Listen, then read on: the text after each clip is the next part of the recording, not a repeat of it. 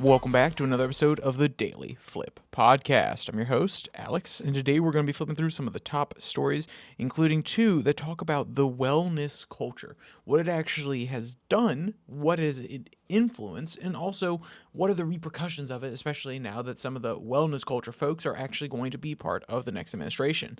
And then we're going to end today with an article talking about the foreign asset moniker, the name that is thrown around for so many people, why it is misused, in my opinion. And of course, we went today with our daily delight, a story meant to leave you feeling positive, ready to take on the day. But that's enough rambling from me. Let's jump into our daily debate. And actually, before we get there, I know the dip, dive, and dodge segment's been gone for quite some time. I'm finally at a place home-wise where I'm not traveling as much. I'm going to try to integrate some of those segments back on in. But today, let's go to our daily debate. We're going to go to the good old classic. What is the first piece of wellness culture content that you ever saw? Was it an Instagram influencer? Was it a TikTok influencer? Maybe you're really young. Was it someone on YouTube talking about wellness? Because this is a space that has been growing for quite some time, and it has actually an outsized effect for how small the culture or the segment of the content creating sphere it is. I feel like in America right now, it has a large voice, and it's being used by some people like, your RFKs. Dr. Oz probably would fit into that. He's probably the older model, the older face of the wellness movement. But it's interesting, no doubt, how many people have actually seen some sort of wellness content, and even though there are only a few creators creating it, or maybe a few more on Instagram in that segment of the population, how much of a voice that small segment of the creators actually have. So, first article is going to talk about the two people that I've mentioned right there, RFK and Dr. Oz. And this article comes from MSNBC. The headline reads, "There's a reason so many Americans trust RFK Jr. and Dr. Oz." Now, with a headline like that, you're probably thinking, oh, it's going to be positive. Then you have to remember, it's MSNBC. They're not going to, blank check RFK Jr. They're not going to straight up endorse him. They had many commentators. And again, their news side, their print side is a little bit different than their TV side when it comes to their opinions, at least from what I've noticed when reading through a lot of their articles. But still, they don't necessarily give them a blanket approval. They do have criticism, for no doubt. And I want to read just one part right here in the middle. Quote, "Kennedy and Oz are dangerous choices to lead major federal agencies because they amplify the worst aspects of the sprawling wellness culture, conspiracy theories, cheap hucksterism, and anti-institutionalism that undermines the very agency they've been slated to run." End quote. Now, I wanted to include that because I want to make sure this article is not misportrayed. Okay, this is an article that does not love these two men, no doubt, but it's trying to get beyond the author's bias, beyond the network's bias, and actually understand exactly what it said in the headline, which is, why are these two men trusted? Why are their opinions held up? Why do people look to them in order to provide some sort of guidance?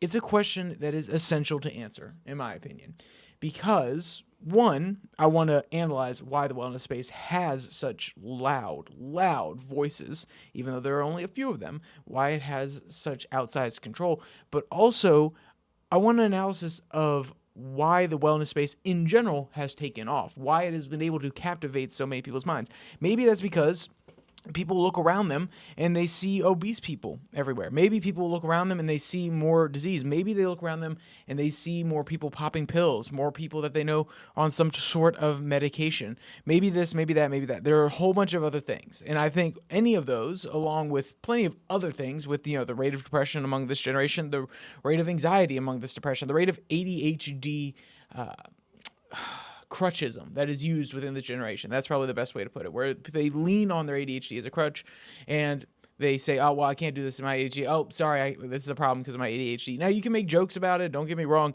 but too many people genuinely use it as a crutch in order to enable their worst behaviors, to enable them to continue what they do that are bad habits rather than actually fixing them. I fall into this myself, especially when I was younger. I try now not to, but even then, I still fall into it. I still make the jokes, and sometimes they are just jokes, but sometimes they have more serious layers underneath it. And some of my friends make the jokes as well. And I would say that I'm in a subculture that that takes a lot of personal responsibility, and a lot of the people that are in my life definitely have that same mentality. And yeah, we still make these jokes. So imagine in the broader public where that sort of personal responsibility, the understanding that the locus of control of your life is internal isn't necessarily present in a different subculture of this generation, and they're making these jokes, maybe on some level they actually start to believe it more, and it becomes actually part of their ethos, their way that they interact with in the world. So I think that there are many, many reasons the wellness culture has taken off, and I think this generation is specifically susceptible to a wellness mentality. We have grown up with some of the highest childhood obesity rates. We have grown up in an era where more people die of heart disease and cancer than some of the leading killers in previous generations, whether it be violence, gang violence, anything like that, gun violence, any sort of thing like that. We also didn't grow up in an era. We grew up in an era with a little bit of war, but we haven't seen heavy casualties like during Vietnam, World War II, these sort of things that can be really impactful and leave a mark on people's minds about the deadliest thing that affects this country, but also the society that we live in. When you see internal problems, rather than fighting an external force and external problems being the largest killer, it's going to resonate with you when you start having people come out and talk about these issues. And like this article goes on to talk about, it mentions Oz for a little bit here. And I think, honestly, Oz has a longer track record of being in the quote-unquote wellness space, at least public-facing. RFK Jr. has been fighting these battles for a long time, and he obviously has gotten lots of media coverage for it, but it wasn't a crux of his personality until he ran. It was a crux before a little bit, but the public didn't know about it as much. They knew about him as the environmental lawyer. Dr. Oz has been the wellness face on TV for quite some time. Whether or not you like him, whether or not you think everything he talks about on his show is amazing, you can't deny that especially the older generation, we're talking our Gen Xers, our millennials, they have seen Dr. Oz on TV for most of their life. Even I saw him when I was younger. So I can't even get away from this man's smile with the dark hair, and then he was running for the Senate too. So I think that these symbols of the wellness movement, one's more modern, one has hit the zeitgeist at the proper moment, and another one's been there a while cooking it. And I want to go into what the article says here in the middle. Quote, when Oz said the lockdowns that shuttered schools and separated people from their loved ones was, quote, not a healthy way to live, he articulated a sentiment that was in many ways unremarkable, but sounded like brave truth-telling in a context of suppression. It is this skepticism and an emphasis on holistic health and individual agency that has made the wellness outlook not only appealing, but often a positive force in improving people's lives, end quote. See what they did there. They're trying to be as honest as possible. They're trying to be really genuine, which is they may not agree with everything he says. They may not agree with the way he goes about talking about holistic health. And also, they may acknowledge that his comments on COVID and the lockdowns were not remarkable at all. They were not special. You know, at the time, they may have seemed so because so many people didn't want to say it. They felt as though safety needed to trump liberty. But at this time, looking back, it's so obvious that we took it too far. And when Dr. Oz, obviously, he came out at a safe time. He wasn't saying it in the middle. He was saying it towards, or right at the beginning. He was saying it towards the middle end, if not the end itself, especially when he was running to fill that seat in Pennsylvania. But he is still tapping into something. And the other part of this conversation, why is the wellness space taken off today? What does it say about our generation and the generations above us? Not just about why we think wellness culture is essential, why it resonates, because we've seen things, as I talked about, these examples that we've seen from the world around us that scare us into actually caring about our health. But what about the message also resonates besides the health part? And I think it is the individual agency part. And that's why I think Gen Z cares so much. What generation is the most conservative generation since the boomers? Take a guess. Take a guess. Yes, it is Gen Z. Gen Z grew up in a time where the right was having a resurgence. The Tea Party movement. Okay, so let's think about it this way. If American politics is inherently countercultural, which I believed for a very long time, we are a revolutionary pushback against the people in power force. That is literally the ethos of our nation. That is literally the history that we have. We pushed back. That is the myth that we have developed for ourselves. We had a tyrant in the form of King George, and we pushed back against him. How dare he try to tax us? How dare he try to control us from far away?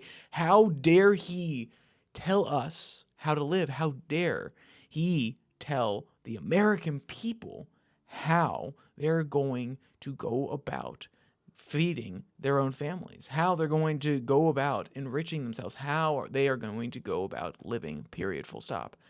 That is the ethos that underlies America. We are countercultural by nature.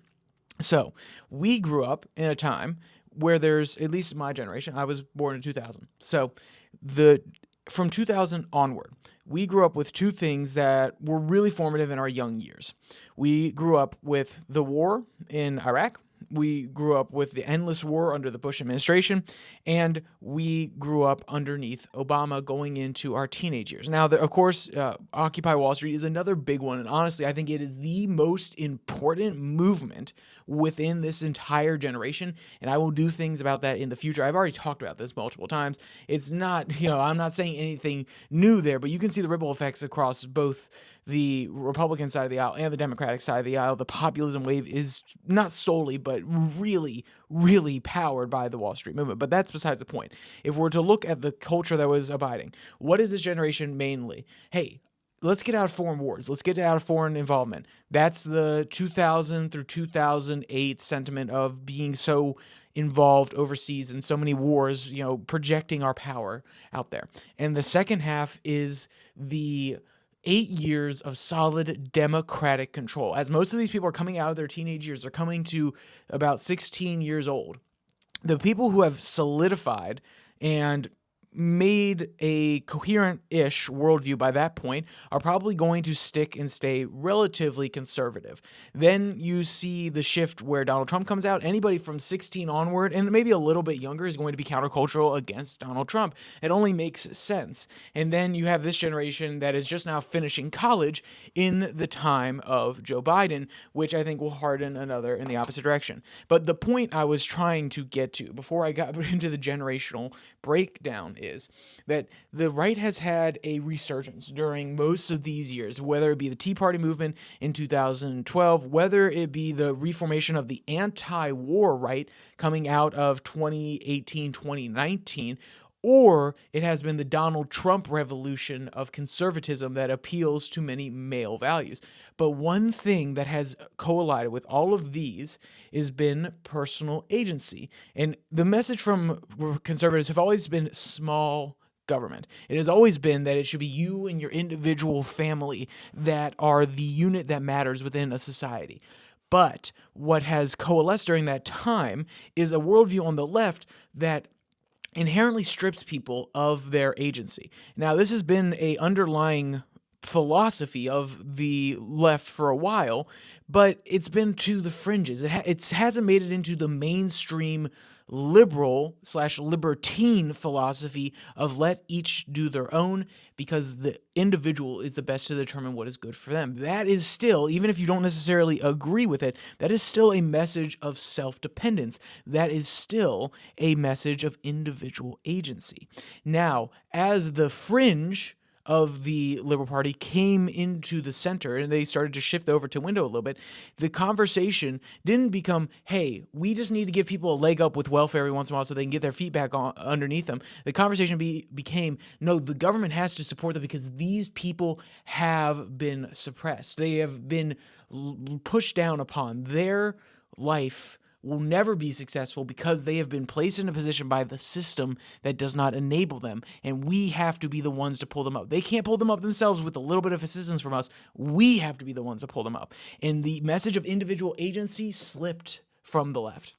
It slowly became a narrative of there are so many things outside your control, and we have to level the playing field for you. You can't try to do it yourself. And that shift in the party, where the right was able to take up the mantle of individual agency, where you can truly be self-determinative, you can push forward, you can make your path if you work hard enough, if you want to be cynical about it, if you play the game and you know how to play and you know what levers to pull and you put in the time and the effort, you will come out ahead. That has always been the conservative message, but because the left gave up the ground on individual agency, the right was able to slurp that up, no problem. I guarantee you, there are many college students nowadays that would consider themselves conservative that years ago would have been in the liberal column, simply because individual agency has become something that is not solely owned by the right, but is touted as a conservative value, which it always has been. But the only place where the voices are strong enough to break through the echo chamber are in the right. The left is still stuck in that game of who's oppressing who. And I'm not the first person to synthesize this message, but that is why I think the wellness culture has taken off, because this segment of the population truly wants to take responsibility for themselves, and they feel as though this is an outlet where they can do so. They can directly choose what they eat. They can put in the time and the effort to go work out. They can go run. They can go to the gym. And this wellness overlap between the right, this personal/individual agency argument, that's why workout freaks, gym rats, were basically labeled as right-wing before. They were called, oh yeah, you're going to the gym all the time, you're a right-winger. I know plenty of people in my gym that are not right-wingers whatsoever. They believe in individual agency. They care about taking care of their body. They believe that their fate, their health is in their own hands. That is what the wellness movement has become. It is no longer about simply, as RFK would probably say, he would argue, because he is a little bit more democratic, that the government has to step in order to fix some of the things. You can do as much as you can. You have individual agencies, but the government can step in and do a little bit extra. That is a traditional liberal message.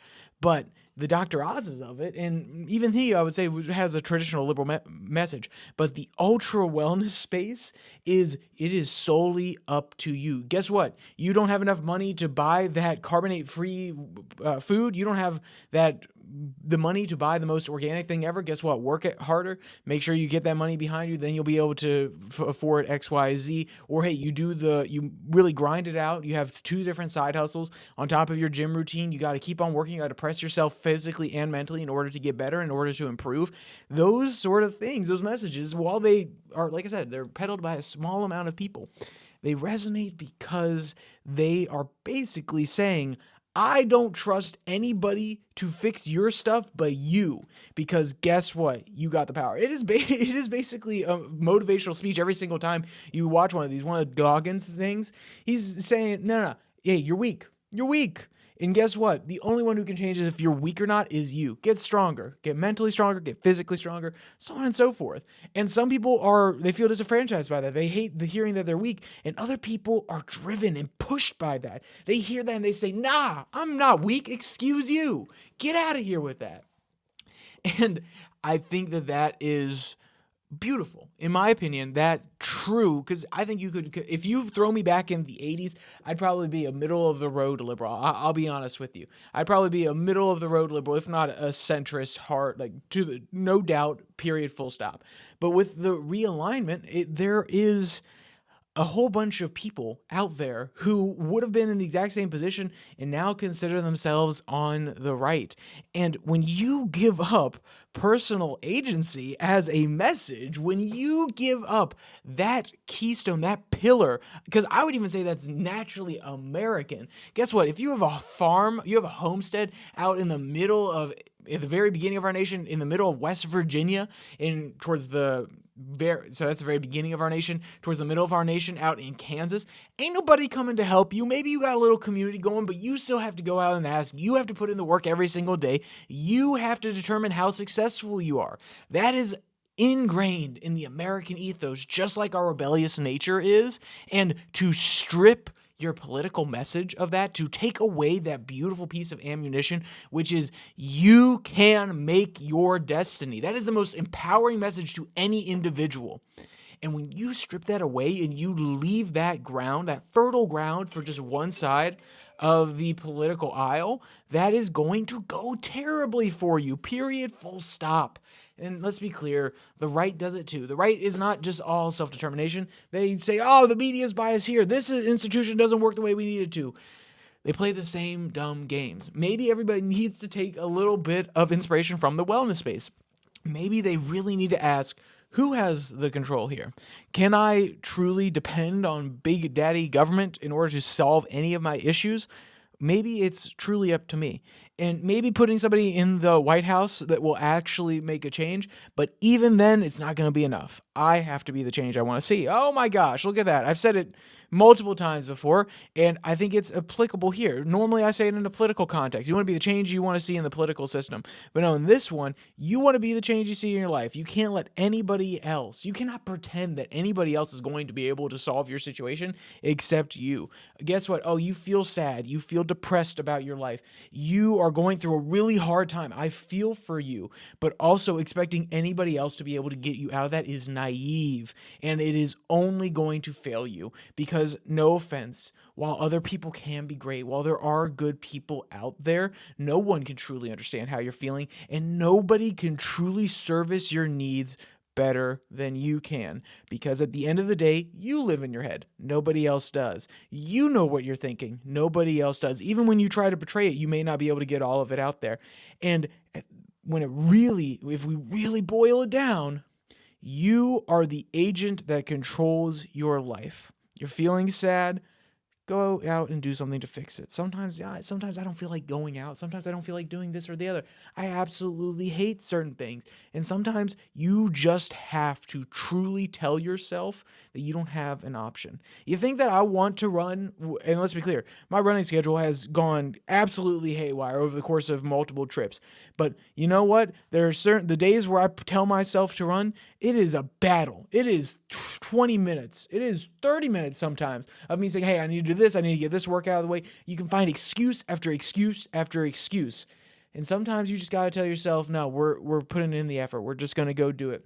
I come back from my runs. It may hurt. I may be sore. It may be cold, and my lungs are absolutely banged up, but I feel 100% better for it.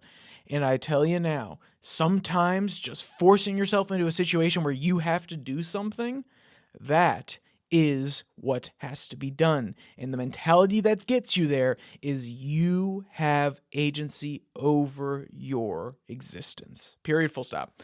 All right, so let's jump to our second article. That was a longer rant than I wanted to be on the first one. This second article is talking about the blind spots in medical culture, which I think is a very interesting and important part when it comes to the wellness movement in general. The article headline reads, it comes from the Free Beacon, "In Search of a Second Opinion."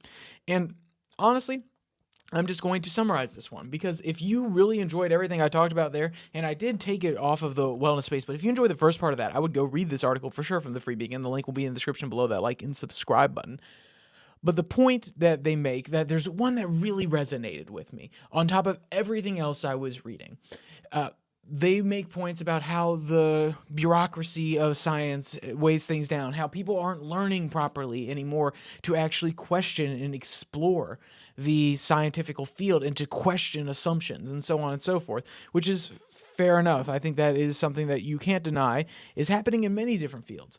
But the point that they make, that this is no longer an emerging field. In the early 16, 17, 1800s, medicine wasn't necessarily where it needed to be. There was questioning, there was learning, there was experimentation. The curiosity of understanding the human body and also being able to correct certain illnesses has always pushed us to be better and to experiment on ourselves, on remedies, medicines, things of this nature. But now we've come into an era where we've been able to remedy many things, not everything, but we've been able to remedy many different ailments. Now, we're learning now that some of these solutions may actually make certain other conditions worse. They may actually increase the chances of other diseases coming about because we are meddling with a very complex system. So, of course, we're still learning. But a lot of the science feels definitive. A lot of it feels as though we have found solutions. They may not be the best solutions, but they're ones that work. And when you have a system like that, where you're no longer exploring for curiosity's sake, but you are going to medical school because you want to be able to save people, that's great. But you go in with the mentality of, this is how I learn how to save people, rather than this is a scientific practice. I want to learn how to save people, but also I want to learn more about the human body. I want to learn more about defeating these diseases. I want to generally experiment. I want to push the status quo to be better. That sort of mentality seems to be, the article highlights, seems to be missing in some medical schools and in a lot of the general practitioner population, if not even the more advanced segments of the population that are in the medicine field, the medical field. And that is something that feels very anti-American. It feels like there's a lack of entrepreneurial spirit in the medical industry, which is fair enough. I understand that trying to create your own new medicines or your own new path is very expensive, and it's not necessarily risk-free. And if you're looking for a good job, if you're looking to save people's lives, to have a genuine impact, to even get status, some people go to medical school for status because they're arrogant about it. But all of those things can be achieved without pushing the envelope, without trying to shift the thinking in the scientific field. And I understand all of those arguments. But in order to constantly get better, in order to improve, in order to push beyond what the status quo allows us to know, and to really question what we're capable of and the understanding we have, and improving that, you have to have a ethos. You have to have a operating understanding of practicing and learning medicine that is different. You are constantly curious. You are constantly understanding the new research coming out. You're able to genuinely question it. You're able to have your own individual perspectives that may not be lock, stock, and barrel, off the shelf, middle of the road.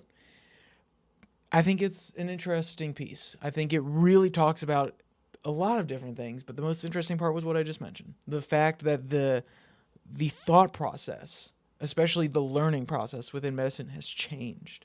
It is no longer a revolutionary field pushing the bounds, but rather a field that has been co-opted into complacency because there are too many interests, maybe. There are lots of different arguments, and that would be theorizing, that would be speculating. The article doesn't necessarily go into that, and I don't feel as though that I need to, because you're your own individual person who can speculate and provide your own rationale, but I would suggest go read the article because it really ties in well with the wellness point. And let's be clear, the first part became more about individual agency, but the root of that was what resonates within the people that watch the wellness kind of content, and why the wellness culture is super popular nowadays. And brick number one is individual agency, being able to solve these issues yourself, being able to take up the mantle and be able to fix it. The other part is this: it's that the medical establishment, and I don't like using the word establishment because it feels as though that is a weighted word nowadays, but the medical field as a whole has felt stagnant. And maybe that's why individual wellness goals truly inspire people, because they feel like, oh, well, hey, this medical field, they're all saying the same thing. And sure, they may be onto something. They may have those true solutions that they know have worked for generations, but maybe there's something I can do on an individual level and I don't have to rely on them. Maybe that is the second pillar of the wellness influencer sort of game that goes on, and how it's able to gain so much time and energy spent in those circles, but also by the people who are watching them actually imitating them and taking on some of the challenges, the goals that these people put out. But that's enough on all of that. Let's go to our final article, and it will be brief. I'll make it less than 5 minutes because I know we're going to go over the 30-minute mark at that point, which is just fine by me. But I want to really give this one at least enough time to sink in for you. So the headline reads, "The Foreign Asset Smear is Anti-Democratic." And this article comes from the AmericanConservative.com. Now, for those of you who don't know who they're talking about, let's be clear. There are multiple people that have been called foreign assets, and there have been multiple people who are shut down saying, oh, you are being a puppet of Putin. You're just using his talking points in order to get a little bit of extra sensational headlines in the United States because not everybody agrees with you. And I'm sure there are genuine actors out there who do that just for the sensationalism. And I'm sure there are actors out there who are genuinely paid by the Russian government. I mean, there's an example of Lauren Chen possibly receiving, and let's be clear, it's an allegation at this point, possibly receiving Russian money and knowing about it and still using it. And then again, I don't think they necessarily have the most editorial control over what was happening, but that's still evolving. So I'm sure there are plenty of people that are receiving Russian money and their talking points are this, that, or the other, shaped by said money. And then there's libertarian guys who genuinely believe what they're saying, at least I believe they do, in the Libertarian Party, that are really pushing back against the Ukraine aggression, because this is something that's leveled specifically at a lot of people who push back on the perspective that we need to be funding Ukraine. And one of the loudest advocates against that position is Tulsi Gabbard. She's gotten a lot of flack. She has been called a foreign asset. And I think that most people do not genuinely believe that she is an asset of Russia, like she is getting Russian money. Otherwise, there'd be lots of investigations and it would either be proven or disproven at this point. Because like if you're targeted by somebody, if those accusations are leveled against you and the intelligence committees and the intelligence sphere, whether it be CIA, FBI, all of them are going to do their research, and if they're able to find anything credible, they're going to level you with it 100%. So I don't think any of it is genuinely calling her, at this point, genuinely calling her a foreign asset, she's paid off, so on and so forth. But what they're trying to get at is that, oh, well, you're talking on behalf of Putin. You're using his talking points. You're bringing that perspective here, and it is so pro-Putin. It's obviously meant to enable his worldview. Even if you don't necessarily aren't in his pocket, you're actually aiding him on the American side of the argument because you're causing dissent. You're causing people to question why we need to be in Ukraine. And the article does a great job of breaking down these two perspectives, saying a lot of people don't actually believe she is genuinely an asset of Russia, but it is the latter opinion, that she is doing performative art on the behalf of Putin and his cronies, and she's basically benefiting them by bringing this perspective to the table and trying to push back against the Ukraine narrative. And I agree with the authors when they say that it is anti-democratic, but not because, oh, well, you're undermining democracy. No.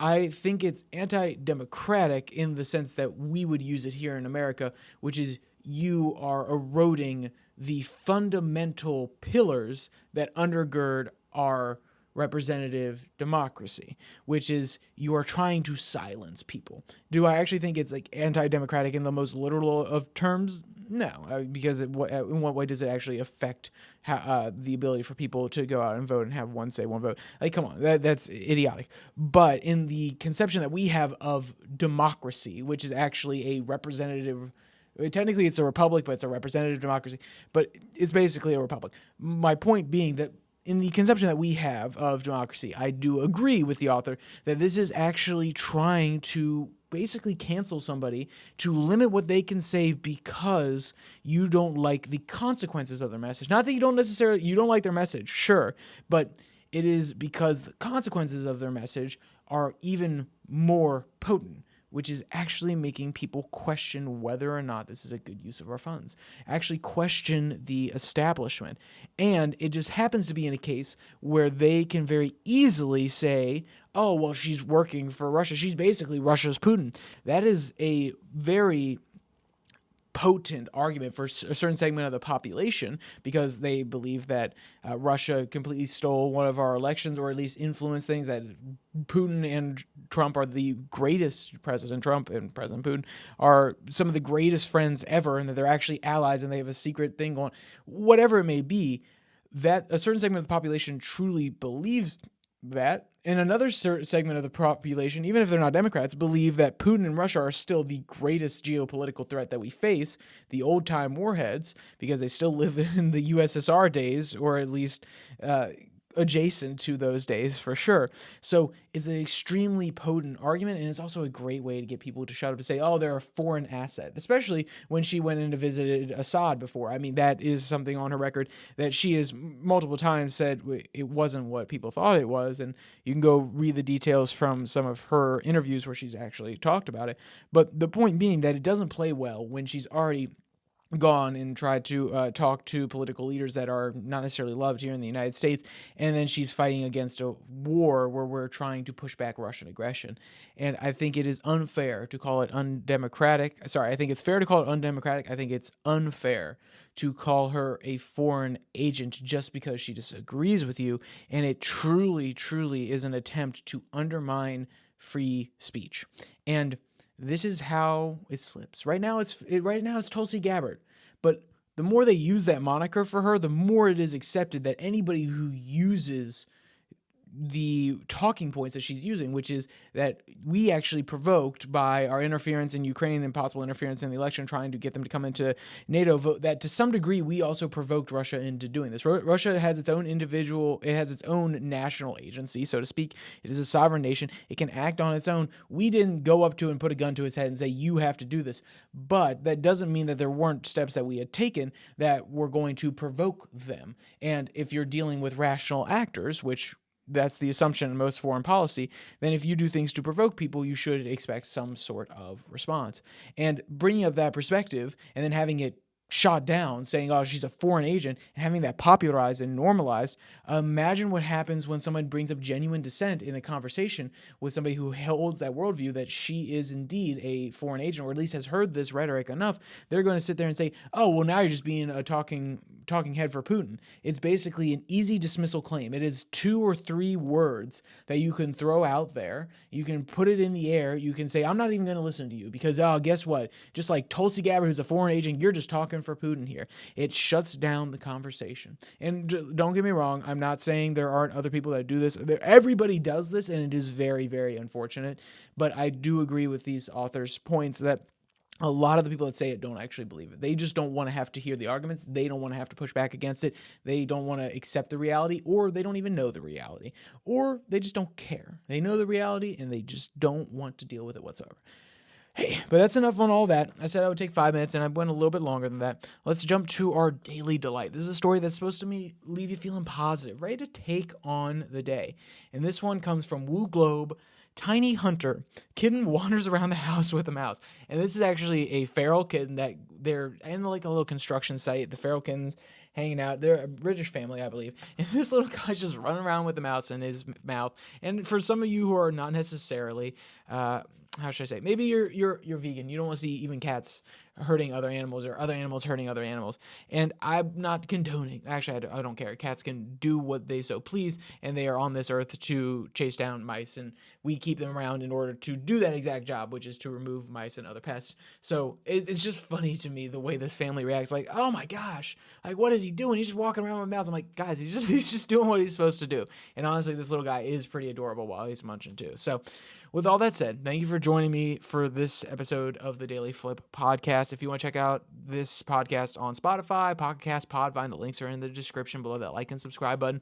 Also down there, you can find the link to the Twitter handle at your Daily Flip, where I'm posting a Twitter tirade every Tuesday and Thursday. A lot of them have been reposts recently because I think some of them are actually pretty relevant to conversations that need to be happening right now. And then finally, if you come back to here or the RSS feed on Tuesday and Thursday, you will find 6 and 6, which is 6 stories from around the world in 6 minutes or less. It's really brief content, but it's meant to cover a story on each populated continent outside the U.S., basically. We're trying to bring you international news. Every once in a while, the U.S. kind of creeps in there, but we try to keep it out as much as possible and make sure the stories revolve around other populations that aren't necessarily having their stories heard as much in the United States, simply because, we live in an environment where our domestic politics directly affects us more. So of course we're going to care about it.